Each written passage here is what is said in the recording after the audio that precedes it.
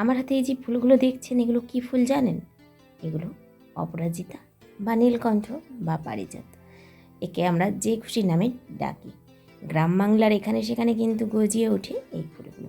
মাটিতে হলে এর তো ফুলের ছড়াছড়ি, অর্থাৎ প্রচুর পরিমাণে ফুল হয়, কিন্তু টবেও এই গাছগুলো করা যায় খুব সহজেই। এটি একটি লতানো গাছ। যে কোনো গাছ অথবা একটা ডালপালা পেলেই এই গাছটি পুরো প্রচুর পরিমাণে বৃদ্ধি হয় এবং পুরো ভর্তি হয়ে যায় গাছটি ডালপালা নিয়ে, আর অজস্র ফুল দেয়। দেখেছেন কি সুন্দর ফুলগুলো? তবে এই ফুলগুলো যে শুধু মহাদেবের প্রিয় বা শ্রাবণ মাসে মহাদেবকে নিবেদন করতে হয় এমনটা নয়, এই ফুলটি আবার দেবীরও প্রিয়।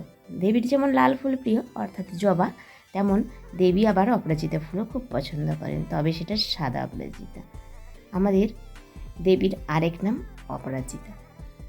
দেবীকে সাদা বা শ্বেত বর্ণের অপরাজিতা নিবেদন করতে হয়, আর মহাদেবকে নীল অপরাজিতা। তবে নীল অপরাজিতা আবার মা সরস্বতীর চরণেও দেয়া হয়। নীল সরস্বতীর খুব প্রিয় ফুল অপরাজিতা।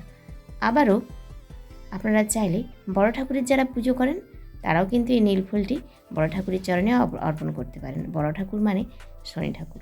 এছাড়াও কৃষ্ণেরও অতি প্রিয় ফুল নীল অপরাজিতা। এই অপরাজিতা ফুল আবার অনেক রঙের হয়, গোলাপি, বেগুনি, সাদা, নীল, 5 পাপড়ি এবং 1 পাপড়ির। এই যে দেখুন, এটা একটি বেগুনি রঙের ফুল। এরকম সাদা আবার নীল রঙেরও এই যে 1 পাপড়ির ফুল হয়, আবার ওই 5 পাপড়ির ফুলও হয়। এগুলো খুব সহজে হয়, এর কোনো বিশেষ পরিচর্যা লাগে না, মাটিতে পড়ে পড়েই হয়ে যায় এই গাছগুলি। কোনো যত্ন ছাড়াই কিন্তু খুব সুন্দরভাবে বৃদ্ধি পায়। তবে ছাদ বাগানে অথবা টবে লাগাতে হলে একটু তো যত্ন করতেই হয়। তখন সেখানে আপনাকে অল্প কিছু সার দিতে হবে বা তার পরিচর্যাও করতে হবে, মাঝে মাঝে জল দিতে হবে, কিন্তু মাটিতে কোনো ঝামেলা ছাড়াই এই গাছগুলি হয়ে যায়।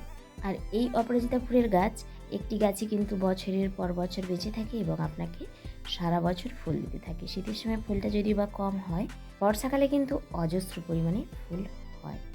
যেহেতু আমরা গ্রামাঞ্চলে বাস করি, তাই আমাদের এখানে গাছগুলো মাটিতেই বেশিরভাগ লাগানো থাকে, আর মাটিতে লাগানোর জন্য কোনো পরিচর্যা লাগে না।